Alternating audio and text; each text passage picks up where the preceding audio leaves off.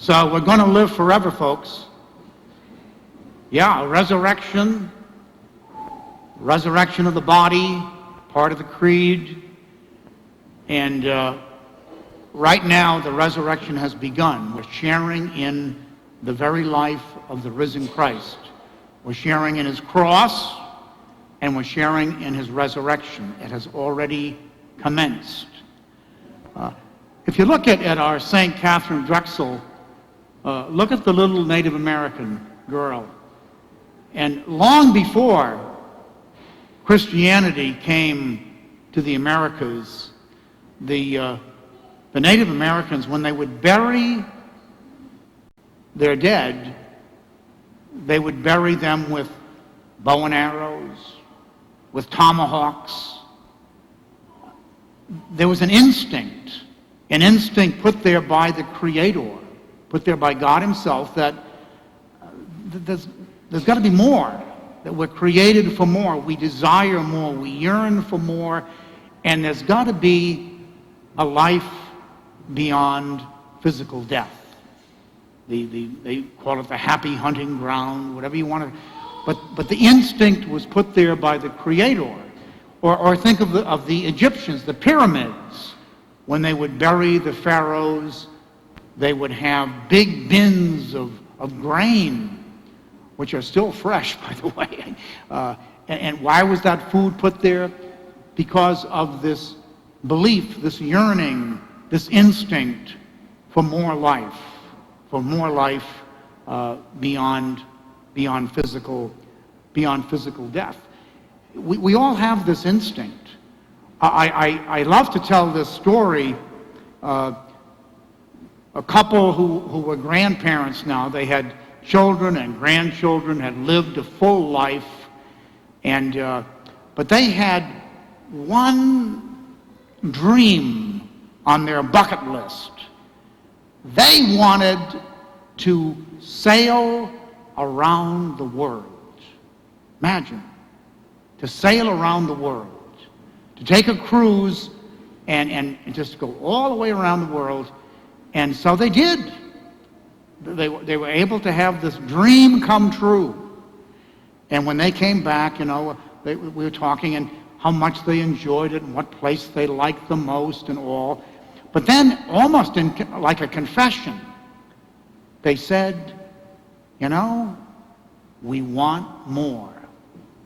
We've just sailed around the world, and we want more. And they felt guilty. They shouldn't feel this way. And I said to them, the system is working perfectly. That the Creator put this longing within us. We're made for more than this world can give us. We will never be totally happy in this world. Did you know that? Right? We'll never be fully satisfied, ever. St. Augustine told us, he said about God, you have made us for yourself, O Lord, and our hearts are restless until they rest in thee. That only heaven, only this resurrection and life can totally fulfill us, totally satisfy us. In this world, we'll have our ups and downs, we'll always be restless. And that's the way it's supposed to be. The system is working perfectly because we're made for God. We're made for heaven. Resurrection is basically the resurrection of the body, where we have a soul, we have a spirit that is eternal. And we have a body which is going to die. It's going to die.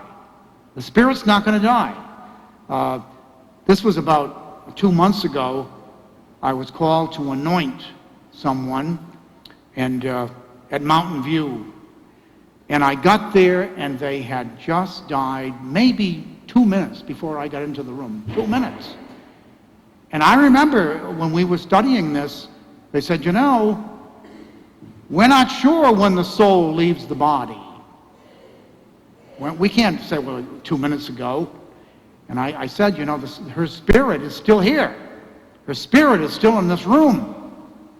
And so I gave the full anointing, sacrament of anointing, and the apostolic blessing from Pope Francis, and the forgiveness of sin. So the body dies, but the spirit is eternal. Now let's get into these difficult scriptures. And the one that Jim O'Rourke had to read, that was a difficult reading from the book of Maccabees.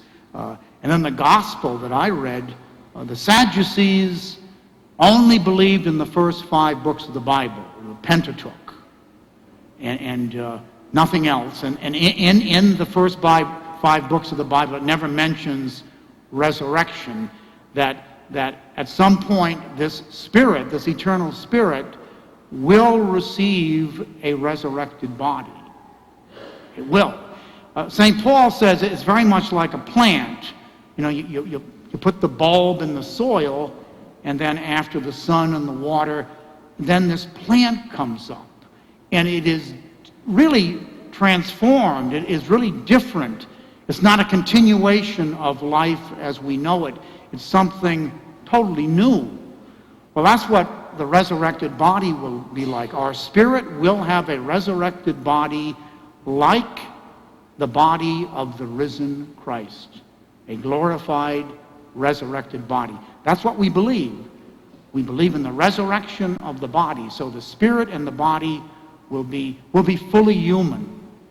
Fully human in heaven.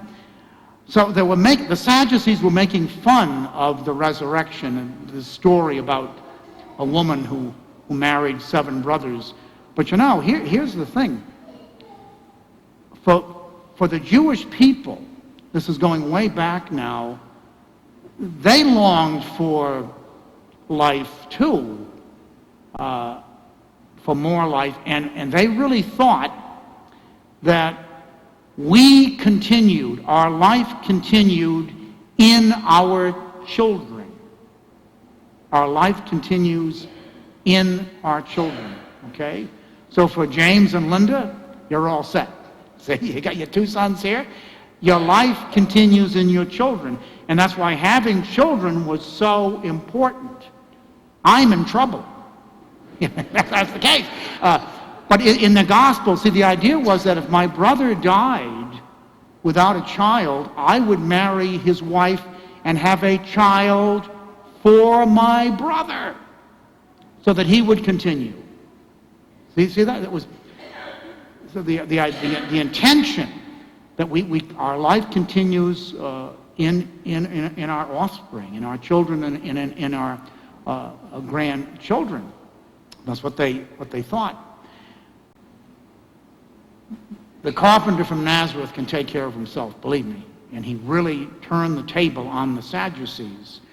Now that first reading, why do we have it from the book of Maccabees? Because it's very late in the Hebrew Scriptures, about 175 years before Jesus' birth. But in this story of the 7 brothers being put to death for their Jewish faith, and their mother has to watch, if you read the whole thing, the mother has to watch this. In this story, in the Hebrew Scriptures, they begin to talk about resurrection. You can see the development of dogma, that when the human consciousness is ready, now in the Hebrew Scriptures, they begin to speak of resurrection and life. And so these 7 brothers, it's absolutely extraordinary. You accursed fiend, this is the king putting them to death, you are depriving us of this present life, but the King of the world, capital K, will raise us up to live again forever. There it is. The resurrection in the Hebrew Scriptures. It was from heaven that I received these hands and feet.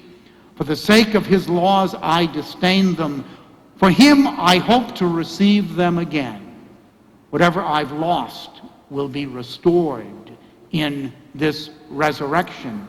It is my choice to die at the hands of men with the hope God gives of being raised up by him. See? So, it does eventually come in the Hebrew Scriptures, in the book of Maccabees, and also in the book of Daniel. you will see the Hebrew Scriptures speaking about resurrection. But what does Jesus do to the Sadducees who only believe in the first 5 books of the Bible? He goes back to Moses and to the burning bush and quotes Moses, where God says, I am the God of Abraham, the God of Isaac, the God of Jacob. I am, the present tense of the verb to be. That's God in the Hebrew Scriptures. It doesn't say, I was the God of Abraham, I was the God of Isaac and Jacob. I am, and Jesus says, they're alive.